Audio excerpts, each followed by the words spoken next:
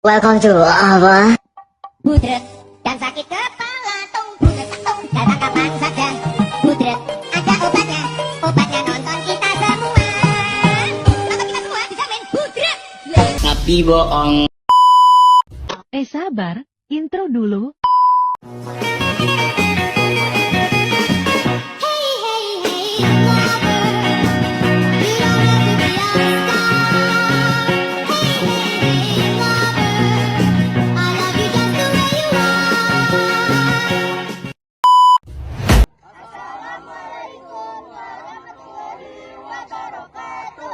Perkenalkan, kita dari podcast Suara Kata. Pertama-tama kita akan memperkenalkan diri dulu. Saya Ratu Adela Hanifah dari 9J. Saya Evan Abdi Parenji dari 9J. Saya Tora Denova dari 9J. Saya Valera Megaldiani dari 9J. Dan saya Muhammad Fauji dari 9J.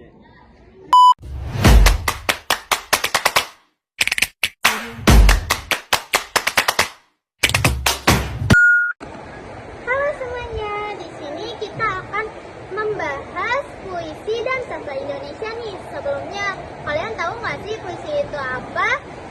Kamu tahu nggak? Aku mau nanya nih ke kamu. Boleh. Kenapa sih puisi bisa disebut peran penting bagi sastra Indonesia? Biar aku jelasin ya.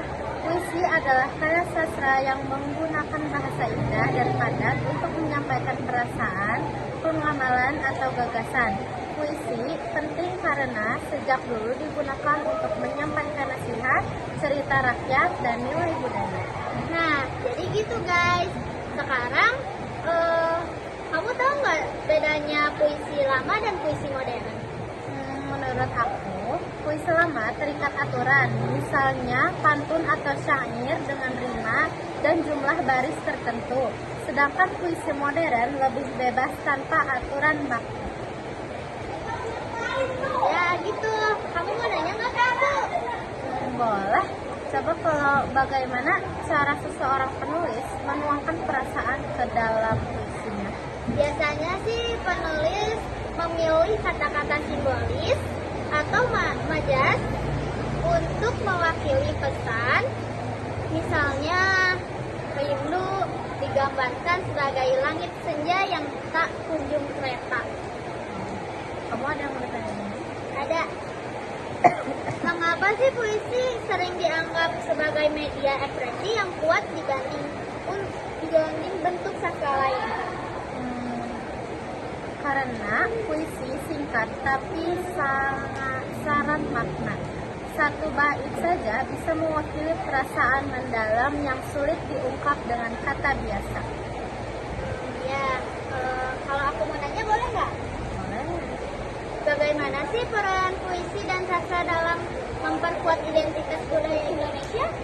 Puisi dan sastra menjadi cermin budaya, merekam kehidupan masyarakat, tradisi, dan nilai-nilai bangsa. Misalnya, pantun melambangkan kearifan lokal Melayu. Nah, gitu guys.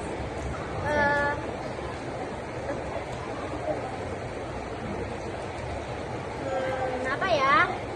Coba aku mau nanya lagi, boleh nggak? Boleh banget. Banyak nih anak-anak muda sekarang lebih suka media sosial daripada baca sastra. Bagaimana sih cara membuat puisi tetap diamati?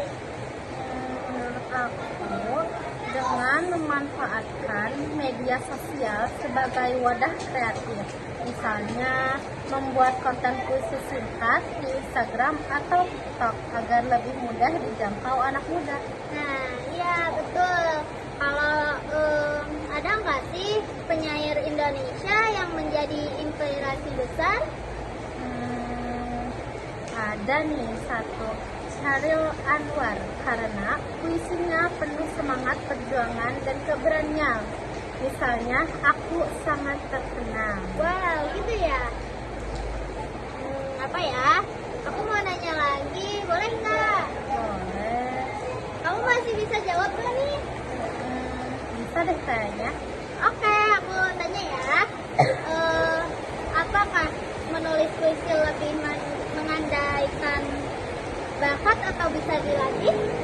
Bisa banget dong dilatih. Setiap orang bisa menulis puisi dengan membaca karya-karya penyair mencoba menulis dan melatih kepekaan bahasa.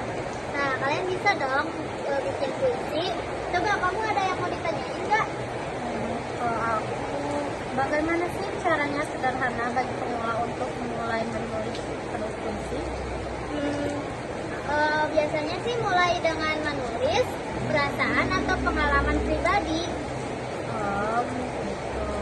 Aku satu lagi deh. Boleh. Apa harapan kamu untuk perkembangan sastra di Indonesia ke depannya? Semoga sastra makin dicintai, generasi muda semakin banyak karya baru dan bisa dikenal dunia sebagai identitas budaya bagus. Oke, itu aja ya, Nah, guys. itu guys, itu tentang puisi dan sastra Indonesia. Terima kasih semuanya. Dadah. Dadah.